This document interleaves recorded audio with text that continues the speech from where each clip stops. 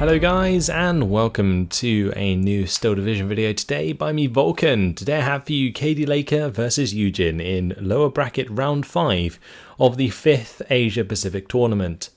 Today we're going to be seeing Sainte-Mère-Église Duellists, and on the allied side Cadilakor is using the 15th Infantry Scots and YueJin is using the new 1st SS-Panzer. So it'd be good to see YueJin on the 1st SS. We've seen him quite a lot on the 1st Infantry, so we'll see how he takes the Axis side of things from the First Blood update.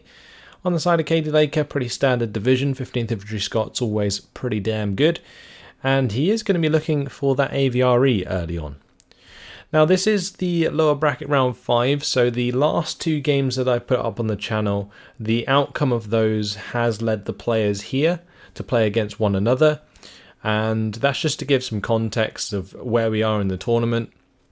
Whoever wins this will fight the loser of the semi-final for a place in the final. And that's all very exciting. So all to play for. The loser will get knocked out. Let's have a look at some of these units going down. So there's an AVRE for Cadilakor that's going to be going straight into this town by the looks of things. It's going to be supported by some rifles and the command carrier with the command infantry. There's also an anti-air early on. He's going to be bringing in an MMG carrier and rifles for the top. That MMG carrier very useful.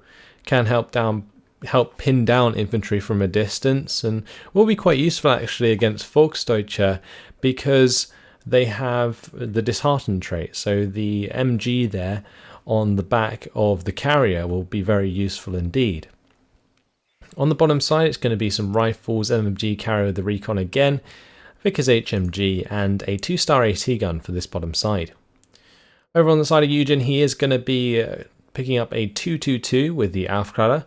He's got the Volksdeutsche there with a Panzerjäger Stug at the start with a 232 and a 257 mortar. He's also added a second Volksdeutsche to that bottom side lineup. It looks like he's going to be pushing aggressively down here, honestly. Using this sort of open range engagement to sort of utilize the Stug. It'd probably work out better on the top side though, if I'm honest. But I guess these sort of tree patches can make things awkward to engage, but as long as you keep the Stug at distance while you advance your infantry into these sort of trees, you can cover them quite well. Either way, into the town it's going to be 2 Volksdeutsche with the 232, and there's 2 more Volksdeutsche on the top side. And these Volksdeutsche, they are the disheartened Panzer Grenadiers more or less, and they have those 2 MG42s, which makes them really good for like filling open areas. So up here where infantry may try to push them, the MGs could easily pin down rifles on the side of Cadilakor, for example. But Cadilakor could of course invest in a Churchill 5 later on this top side and possibly break through quite easily. But for now, he's going to be putting the pressure on in the mid and on this bottom side. The 6-pounder has a lot of work to do though. It's got to cut through the 222 and the 232, and as soon as it fires at one, the other will be bearing down on that 6-pounder, which is not a place it wants to be in. So Cadilakor, I think, well aware of that, it's going to be moving itself into cover there. AVRE is just hanging out at the back side of the town. YueJin has not seen it yet, so he does not know it exists. And that could prove an issue, honestly, for YueJin moving forwards, because an AVRE can kill a 232. It can also kill the Volksdeutsche. The 30 HE on that Spigard mortar is just so damn good. One thing I do like that Cadilakor has done here is he's moved back from the edge of the town, so that if the Volksdeutsche want to contest him, he gets the advantage of the 8 HE over the 100 meter range 5 HE of the Volksdeutsche. Same deal in this town. The 2-star rifles should actually kill the Volksdeutsche quite well and pin them down very easily due to their disheartened trait. So that engagement will slowly but surely go in favour of the rifles, especially with a command carrier coming along to help things out. A 232 coming over may allow it to kill off the command carrier though and get rid of that fire support. Okay, it's just going to be opening up on the rifles for the time being. This rifle leader is going to be trying to find its way forwards to get the Piet on target. But some ground has been made here for YueJin. He's got a little bit of ground on this top side due to the location of this Volksdeutsche.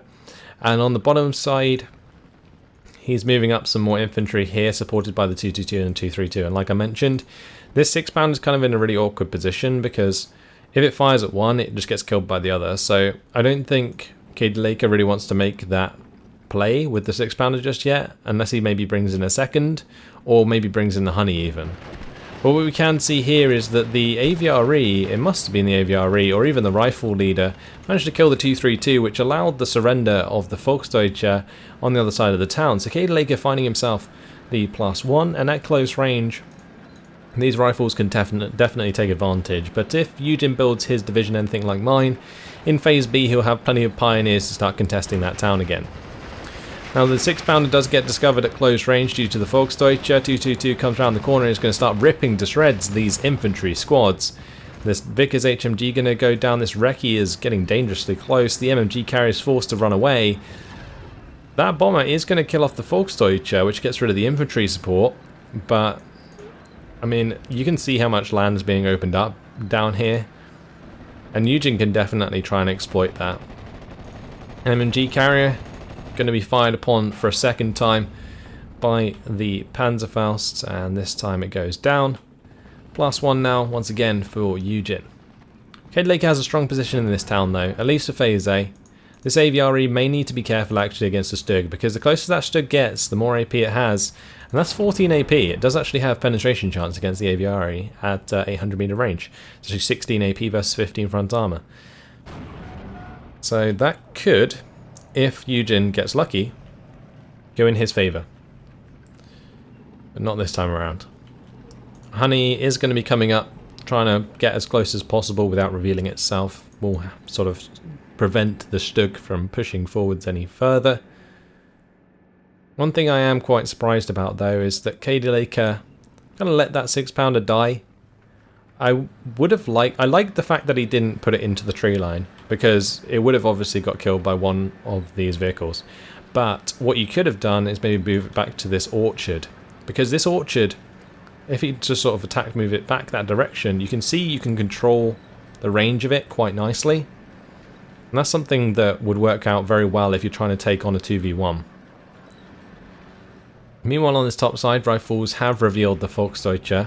That's going to allow the MMG carrier to get involved, and once the MMG carrier does get involved, the Vickers machine gun plus the Bren is going to definitely do a lot of damage. But here comes a Ju-87, that's going to be looking for the kill onto the command carrier. Now going for the MMG carrier. Really smart play actually here from YueJin. Going to be trying to clean up some of these fire support vehicles so that his Volksdeutsche on this top side continue to have their dominance and Cadilakor cannot find ground. So now what Cadilakor needs to do is invest in more units that either bring in those vehicles like command carriers and the MMG carriers, or he needs to invest in something like a honey, which is really smart from YueJin, because Cadilakor won't necessarily commit to that straight away, and all the while the Volksdeutsche can continue to push back that infantry. So YueJin currently sitting on the 109 points gained, a little bit of a lead, but we're back to 50-50 with Cadilakor controlling the town and YueJin controlling either side.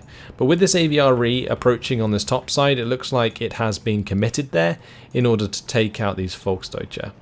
It looks like YueJin's just going to be trying to back off from that engagement, not wanting to get on the wrong end of that mortar. The honey is going to be coming in around the corner to maybe have a go at these 20mm autocannon units, but the Stug kind of just waiting to get into line of sight there, unfortunately blocked at the moment by this house. So maybe Cadilakor could use that cover to get nice and close. 6-pounder is coming into the mid here, another 2-star 6-pounder. That's going to be trying to get into this tree line and then ambush the forces on this bottom side. Honey is getting close. Spitfire Mark 9 coming in with the bombs. SDKF Z72 was invested upon by YueJin. He's actually got 2 of those on the field relatively early on. Doesn't want these Spitfires to affect his effectiveness. But all the while, Honeys are getting the jump onto these vehicles, and the Stug just can't really do anything about it.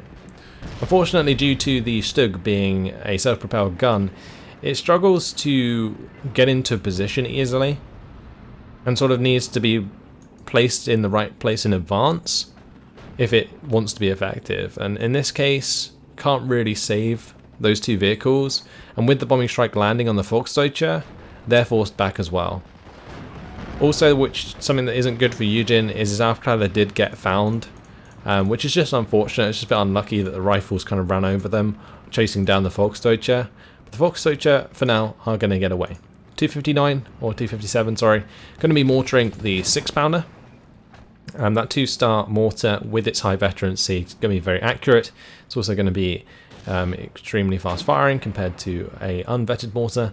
So 6-pounder should get pinned, and the Stug may just be able to finish that off. Meanwhile, on this top side, I like the response from YueJin. Going to be trying to get a Stug in at close range to take on the AVRE. As mentioned previously, the closer this Stug gets, the more chance it has to kill an AVRE, and at the 800 meter range, it has 16 AP versus 15 front armor, whereas at this range, we're on the 600-700 meter mark, and you can see that can do damage. Track wheel damage. And the AVRE is actually driving towards it. That's going to push it up to 18 HE. The AVRE is playing with fire, that's for sure. Panzer Stug does find itself pinned on the bottom side, or I think that was a crew knockout of some sort from the Honey. But there goes the AVRE. Stug cleans that up. Volksdeutsche trying to take out the rifles, but you can see that Cadilakor has had to invest in another recce squad with this MG carrier in order to pin that down. But now he can try and surrender these, which is what he's going to go for, as you can see. But now with the AVRE down and the Stug up, kind of leaves Cadilakor in an awkward position where the Stug could kill off the MG carrier and quite a lot of units on this top side. Ooh, that Bofors there now in a really, really bad spot. Under fire from this Stug. It's probably going to take like 4 damage a hit, so not something that he wants. Stug's still alive on the bottom side, but YueJin has lost a lot of ground so far. Now the Spitfire Mark 9 going to be coming in, the only location where the AA is not. So a smart use of the Spitfire Mark 9 by Cadilakor to prevent this Panzer Stug from being a problem. And what he can do whilst that is falling back is use the MG carrier to surrender the Volksdeutsche. But he's got to be very careful not to put them in the 150 meter range, otherwise that's an absolute waste of an MG carrier. Can it pin it down in time? The Bofors is firing away, might just save the day, certainly will. Now the MG carrier can find that surrender, or at least try to. YueJin going to be falling that back immediately. So it won't have the line of sight to get the surrender. It needs to get around the other side in order to do so. Because if you guys didn't know, in order to make something surrender, your unit has to have direct line of sight onto it. They can't see through walls, and they can't make people surrender through walls. Now this Stug under fire from the Bofors. Bofors going to have another taste of the Stug's main gun though. We do finally see what I think are pioneers coming in these half tracks. They were put towards the town, so that's what I expect, and he's going to have those covered by the Volksdeutsche and the SDK Z72 as they move in. So an interesting choice for sure. I think the right one. He can definitely contest this town very well against rifles, so why not? 257, that's going to be looking for the kill onto the Tripolstin, but he is under quite a lot of pressure down here. The Tripolstin did a ton of damage to these Volksdeutsche, and the rifles are continuing to make ground. I really like the sort of super aggressive playstyle that Cadilakor's had throughout this game so far with the rifles. He's moved them up constantly to these tree lines, and wherever he can, he's keeping them on return fire on the top side so they don't reveal themselves. But yeah, he's just getting very aggressive with them and getting them into positions that is awkward for YueJin to break back from. And the other great thing that Cadilakor's done is really dealt well with the Volksdeutsche so far. He's taken advantage of the disheartened to find the surrenders in the mid once the 232 was down, and he's also just used the MG carrier very well on that top side. So these are indeed pioneers, and moving into phase B, this is a common sight for the 1st SS-Panzer. They are quite a powerhouse, honestly, in phase B due to the 130 points per minute, but the 15th Infantry sort of matches up quite well, and in this case the Spitfire Mark 9 going to be coming in with these bombs, going to be trying to pin down the pioneers. There's no command here, so this is a very nice bombing strike, and if those rifles were any closer, they could have the chance to surrender all of those units. But this time around, YueJin not going to let that fly. Focke-Wulf 190 comes in and takes down the Spitfire, but now with the 17-pounder joining the party on the bottom, Stug is under pressure. On the top, we can see the Stug is trying to get into position. The Speertrupp have found the rifles but do get killed, which takes away YueJin's recon, which must be quite frustrating. But the 251 going to make sure to clean up those rifles, so the Stug safe to move on, knowing that the front line has just conceded like so. It's very uncommon that the 15th Infantry Scots will bring in singular Piet squads, so often the only thing you need to worry about are rifle leaders, and those don't have the same stealth as a Piet squad, so generally you're okay to advance in these situations and keep the Stug relatively close to your other units. Either way, YueJin's still on the back foot. +1 for Cadilakor, 53% territory lead. He's advancing with the honey here, protected by the fact that the 17 pounder and the 6 pounder are behind him. And he's using that to just pin down these infantry and then advance on them with his own. And it's just very, very smart play at the moment from Cadilakor. Slow and steady, but it is slowly winning him the race. Stug 3 is going to try and break around this tree line to kill off this MMG carrier. This 251 does get bailed out by the 17 pounder, and that kind of makes things really awkward for the Stug. Like, the Stug can come round here and kill the MMG carrier, but Cadilakor going to be using the line of sight there to block that. Could just kind of sit behind that tree and be happy. But yeah, that stops the Stug from just advancing anyway, having the 17 pounder there. These 17 pounders are really, really well timed. Because at the moment, what's happening is YueJin's extremely reliant on these Stugs to advance. He hasn't brought in any other armor, so these are pretty much his sole sort of pushing items that he has. And unless he invests in something with a bit of heavy armor, which I'm not really sure he has much of in Phase B.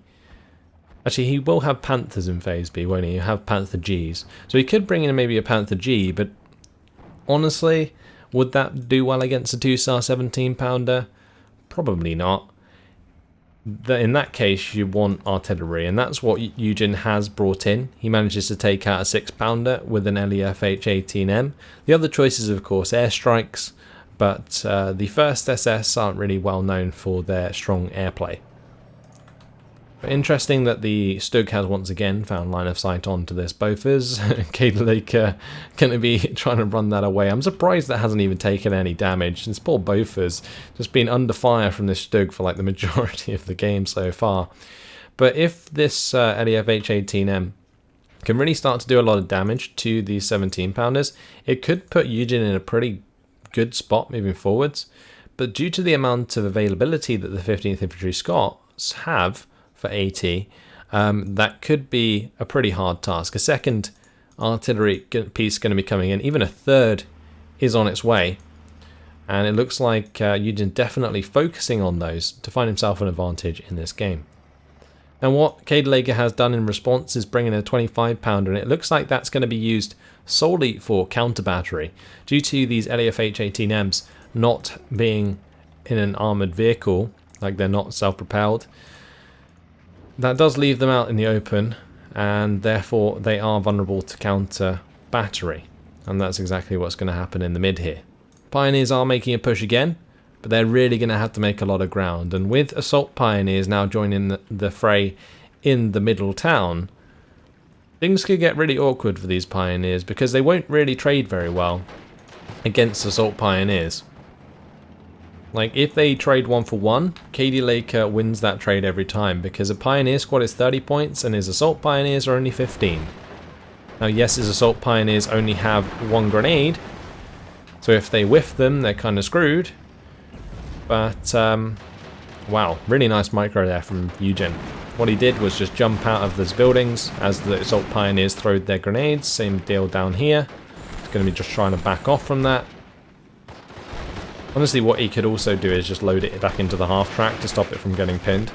And that's another thing you can do. But yeah, these Pioneers have just been managed really, really well there to gain the upper hand over the Assault Pioneers and kind of waste those grenades that they don't have many of.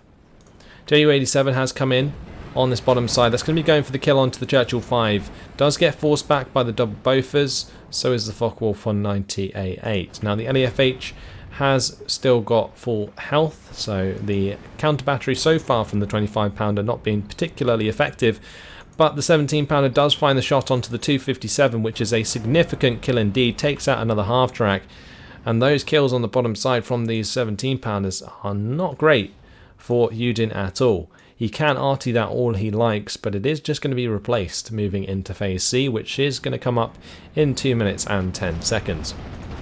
It's really up to YueJin to just take back this town. He can do it, like I mentioned, with the Pioneers. They have a lot of grenades at their disposal, but maybe not when they move across the open and let the rifles kill them. Panzer IV-H moving into the town is a nice idea, as long as he makes sure he's killed off this rifle leader, because the rifle leader with its Pier obviously is the only thing that can really threaten the Panzer IV-H. Otherwise, the 15th Infantry generally lack AT infantry, because not many players favour the Pier squads, like I already mentioned. The Assault Pioneers here, they're going to be engaged upon by the Pioneers. One thing that might be quite good is just to turn off this Lee Enfield with these Assault Pioneers so they don't reveal themselves at range, because it does leave them vulnerable to getting killed off there or just pinned down in general by artillery before they are engaged. So that's something that you could do, but obviously it does take a lot of micromanagement, which is kind of awkward, especially when you're in the thick of things. Either way, Honey just trying to take shots at the half-track there. Panzer IV-H trying to cover the advance of the rifles. Will do a lot of damage to those Pioneers and take them out. Counter battery still coming in onto the LEFH, but not too much done so far. So this is really interesting because the Stug has died on the bottom. The Stug on the top is kind of nullified due to the 17-pounder. And YueJin's just struggling to find ground. He really needs to just kill these 17-pounders and push forwards. But it's not as easy as that, because first of all, he's got to spot the 17-pounders. And then second of all, he's got to rely on his less than reliable artillery to get the job done. And that's just a problem that he's going to continue to have. Oh, nice bombing strike there from Cadilakor as well. Stops the Nebelwerfer from being an issue. And that is a huge kill for Cadilakor, because that Nebelwerfer had the potential to completely break this town open. It would have stunned the rifle leader, the assault pioneers, the rifles there, might have even killed the rifle leader, which may have led to surrenders, and that could have just been devastating. But Cadilakor with a really nice strike there. Yes, he lost his aircraft, but I think it was more than worth it just to hold on to this ground for the time being, whilst he counts up to the 835 points. AVRE has arrived in this town. That's actually a really, really good choice against these Pioneer squads that YueJin is going to be using to try and get dominance here. Oh, that poor Pioneer squad. Cadilakor actually using a fire position command there. Very, very smart indeed. Panzer IV's looking for the shot onto the Honey. We do see more rifles arriving, but they're not going to do too much to a Panzer IV. Panzer IV can quite simply sit there and tank it. This Pioneer, however, not in a good spot. Fortunately next to the Panzer IV, so regardless of the fact there's no command there, it's still not going to surrender. Rifles do get pinned down in the process. These Pioneers are trying to get involved, but the 25-pounder's pinning those down. 17-pounder was spotted on the top side as it killed the Stug 3, and that's now coming under fire from YueJin. But yeah, that just sucks. Cadilakor just being so sneaky with these 17-pounders, and he's keeping them so far back. Look at that. So he's just not letting them get spotted, but YueJin knows they're there, so he can't ignore them, right? He can't just charge headlong into them. He's got to deal with them first, but if they're just kept out the way by Cadilakor, how's YueJin supposed to know where they are? This is just really, really smart AT gunplay here. Now this Panzer IV is going to look for the close range engagement with both the Honey, I would assume, and the AVRE. It's currently also trying to take on this Churchill 5, but the Churchill 5's more worried about the Pioneers. Panther G has arrived on this top side, might take out this MMG carrier unless it can break line of sight. No, it is going to go down. But now what YueJin really needs on this top side is just some infantry to clean out these tree lines, and that's what you can see YueJin is doing. Panzer IV looking for the Churchill 5 kill, finds it. YueJin trying to make a significant push back here. He is into phase C, his income has not increased. But he does have more availability of infantry at his disposal. A significant amount of Volksdeutsche if you choose to have them on your division. Oh, the Honey there going to be taking the shot at the half-track. Gets internal fire from the Panzer IV-H. The Panzer IV going to be looking for the kill, but probably not going to find it, honestly. It's going to be more worried about killing this AVRE as it comes around the corner there. Look at this close-range engagement. That is just sneaky. And the Honey is just waiting to pounce. The AVRE still does a lot of suppression damage to the Panzer IV-H, and with 30 HE even probably has a chance to penetrate. But here comes the Honey. Oh, nice close range. The Panzer IV's aiming at the AVRE. The Honey, oh, nice micro there from YueJin. Both players really showing up today with their micro at close range, but the Honey's going to fire first. Oh my, the Panzer IV comes out on top as the Honey seemed to miss. I don't know if it fired at the half-track or something, but I'm very surprised then that the Panzer IV survived that engagement. Thankfully, to the mechanized turret, it was able to aim and fire at roughly the same time as the Honey, which is good. Panzer IV-H going to be trying to find the shot onto the AVRE now. At that close range, there's a significant amount of AP, but there's a rifle leader very close by. This could get very scary for the Panzer IV-H. Oh, the rifle leader gets pinned down in the process, though. It's going to reveal itself as it runs out in front of the Panzer IV. YueJin's certainly making some ground here. He has found himself the +1. He's found ground on the top side. This engagement in the town was extremely important. He takes out the Stuart, he's taken out the AVRE, he's taken out the Honey, and now he can push on with his Volksdeutsche, knowing that he has his half-tracks to assist him, and you can see he's just going on a surrender fest here as he pins down the rifles, pins down the rifle leader, which is on the run. And that's just going to give him such a strong position in both the town and the top side, because the top side has now been surrounded. These rifles have now been found by the Volksdeutsche as they move through the tree line. And with the assistance of 2 Panzer IV-Js, that infantry is just going to get ripped to shreds. So YueJin in a really nice position, but is going to be looking for a +2 just to make sure that he can secure his victory, because currently on the score it's looking towards a draw. And that is not what YueJin will want. He won't want to risk not having enough points to win the game, and will try and push forwards relentlessly because of that. But one thing we have to remember is that these 17-pounders are still alive. They have just been hiding at the back. Cadilakor has just ceded some ground for the time being, but these 17-pounders are sort of primed to pounce at any moment. And when Cadilakor decides to push that up again, these Panzer IV-Js could very much be toast. Sherman 2 is trying to get involved with this Panzer IV-H and engage that at close range. Meanwhile, the Panzer IV is going to be looking for a kill onto the Bofors, which is quite nice. This Sherman 2 might have to be careful though, because the assistance of Volksdeutsche at close range is going to be an issue. Now, the Sherman 2 did fire at the Volksdeutsche. Oh, ammo storage hit there on the Sherman 2. It's not going to start aiming again straight away. The Bofors are going to pin down the Panzer IV, and the Sherman 2 finds a second shot, which has pinned it down. With the track wheel damage, that Panzer IV is not going anywhere. And that Sherman 2 has all day long to find that kill. It's also pinned down the Volksdeutsche in the process, and the rifles there, they are going to find the surrender onto multiple units. These Volksdeutsche are going to be pinned and surrendered as well. And YueJin is going to lose his grasp on this engagement. Now, one thing we can see is that the Sherman 2 did go down. Not entirely sure what killed that. Maybe it was the Panzer IV. Yes, it was. The Panzer IV-J on this top side. But here comes another 17-pounder. That's going to be unloading into the face of the Panzer IV-J. The Panzer IV-J is firing at the Churchill 5 instead of the 17-pounder. That could be a risky move.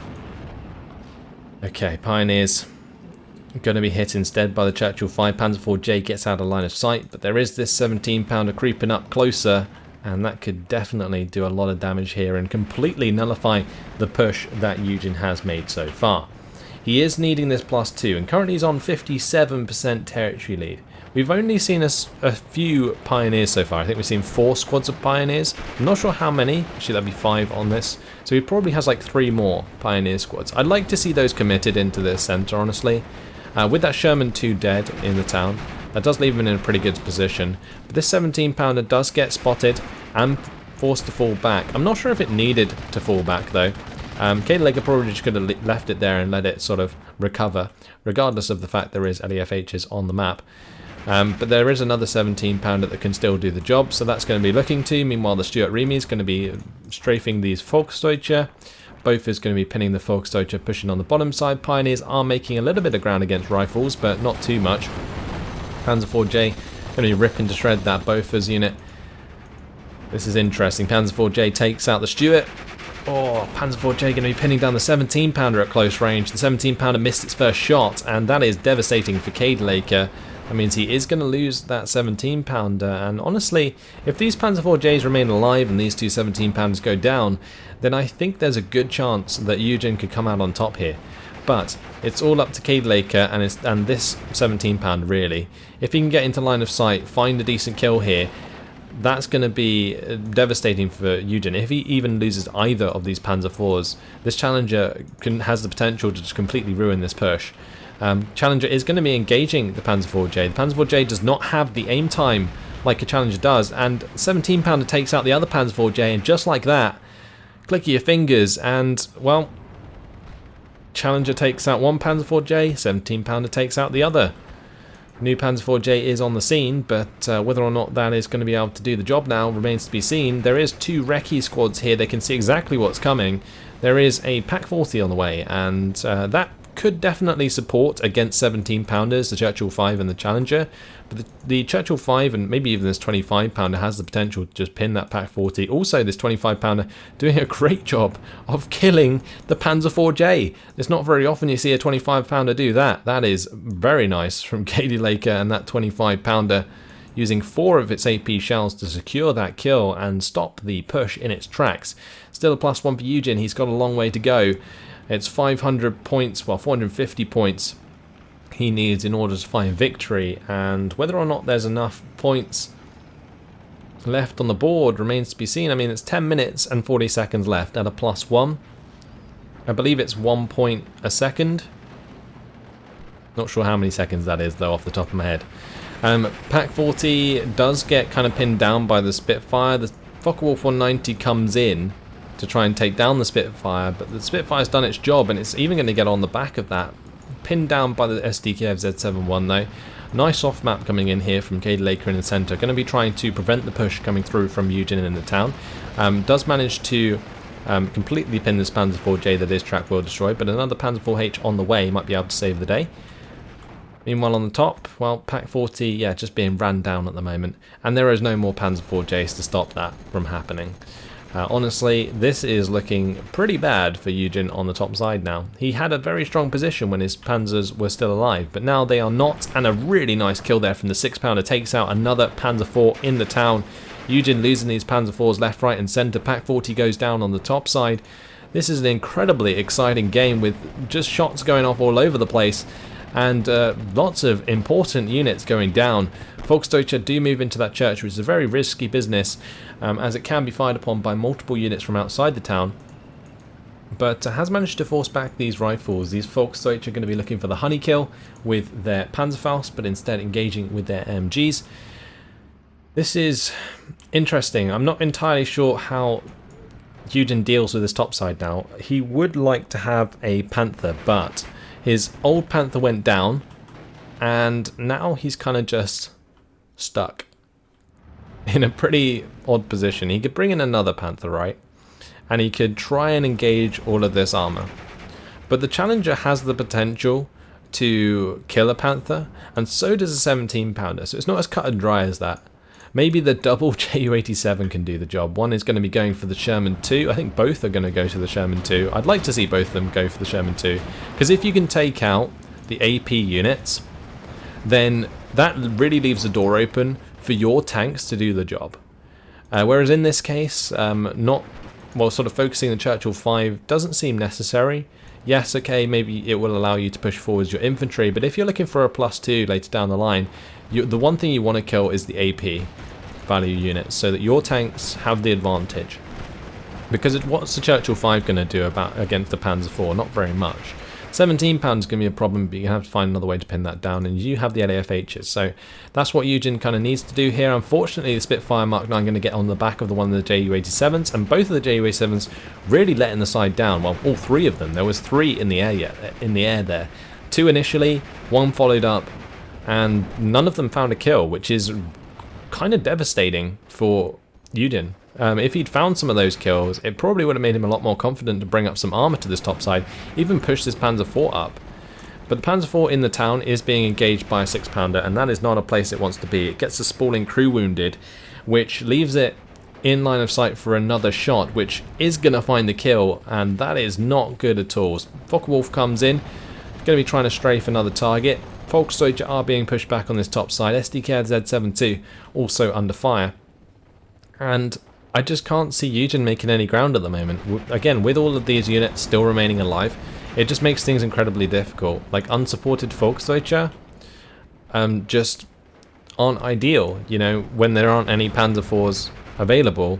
Now, the driver wounded onto the Honey there is really nice. The Panzer IV-J will likely find the kill with the second shot. That might allow some of this infantry to sort of break through here. You can see that a lot of the rifles have been pinned. But is it going to make him enough ground to find him a +2 at this point? Probably not. 720 points for YueJin. It's been cut down to 51% for Cadilakor. So Cadilakor has stopped the tick. And this is extremely important because I believe if YueJin continues at a +1, he will win at this phase in the game. So, Cadilakor does need to kind of cancel that lead where he can. And he is starting to do so, especially with his 6-pounder picking up the kill onto the Panzer IV-J in the town. And engagement's falling in his favour all over the place. A lot of these Volksdeutsche are losing a lot of men. Cadilakor coming out on top, really making fantastic use of his fire support and not overcommitting too much with his rifles.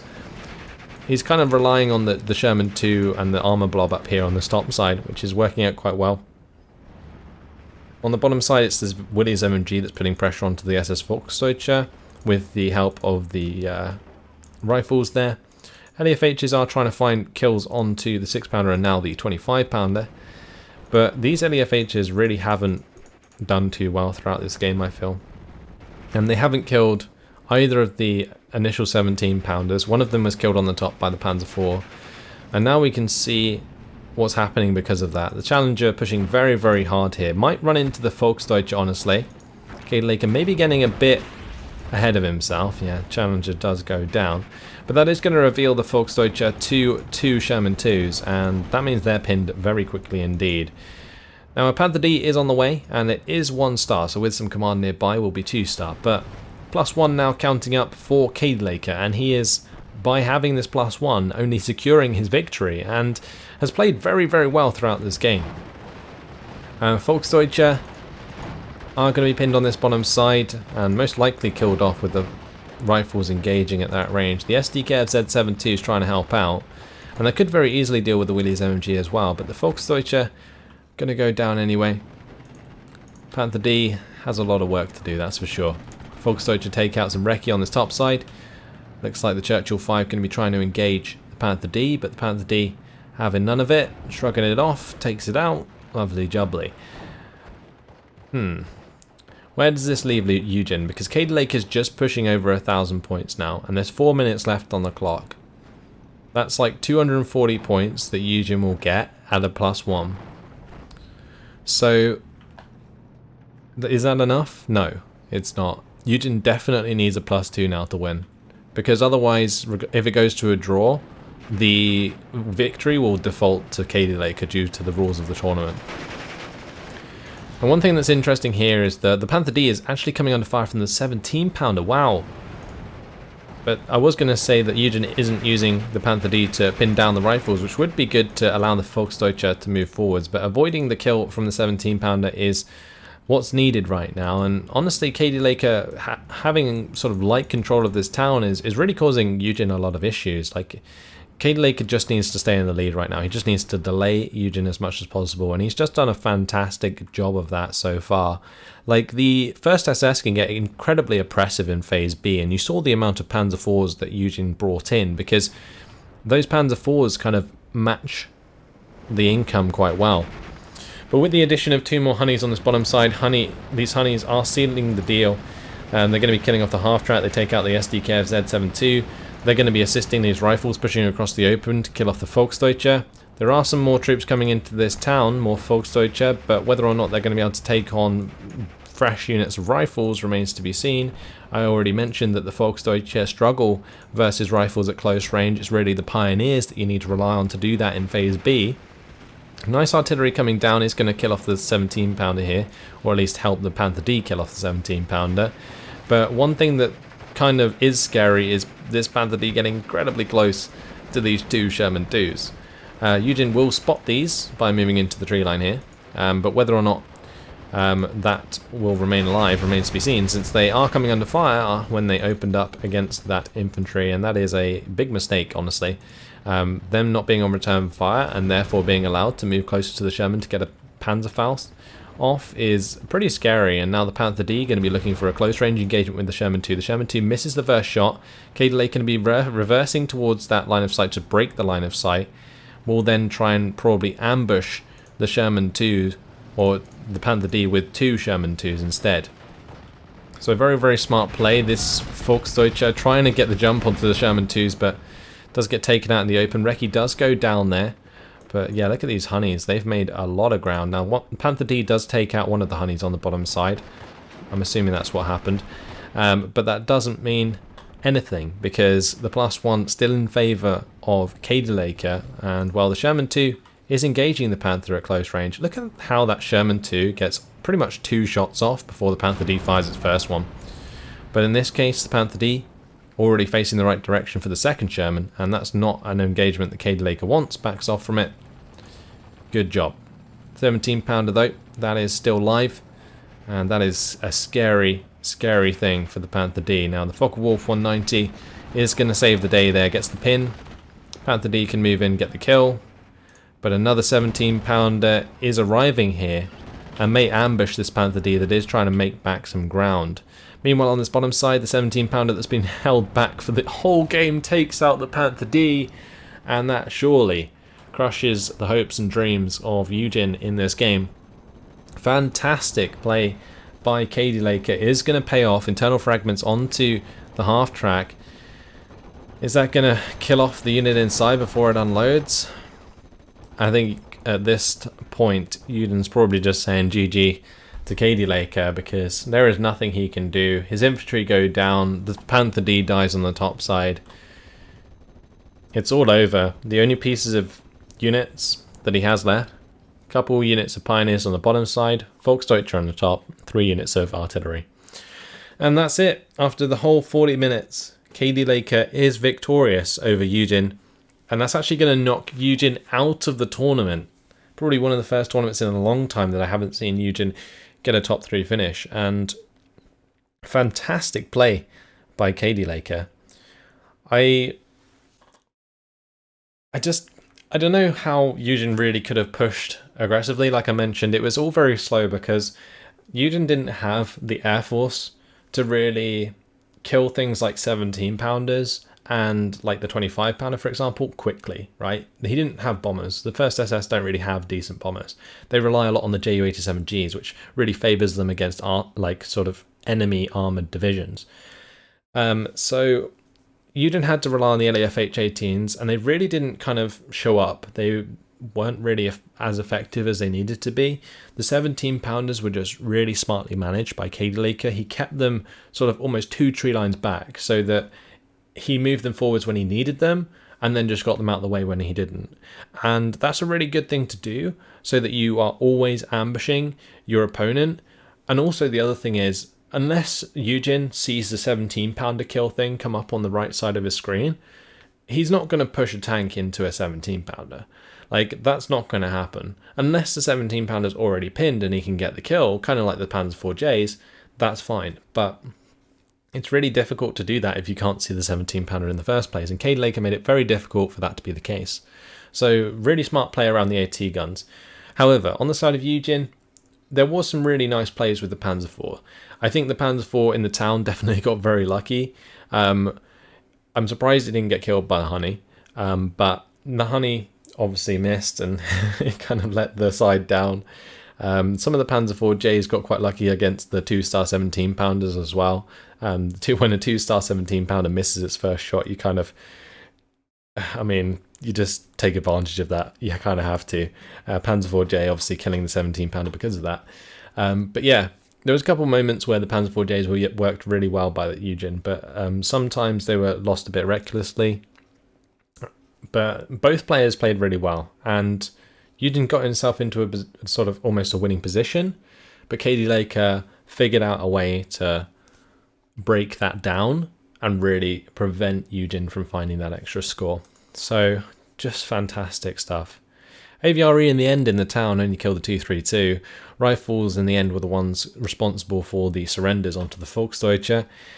Spitfire Mark 9s were worked out really well, and the Spitfire bombers actually hit really nice targets.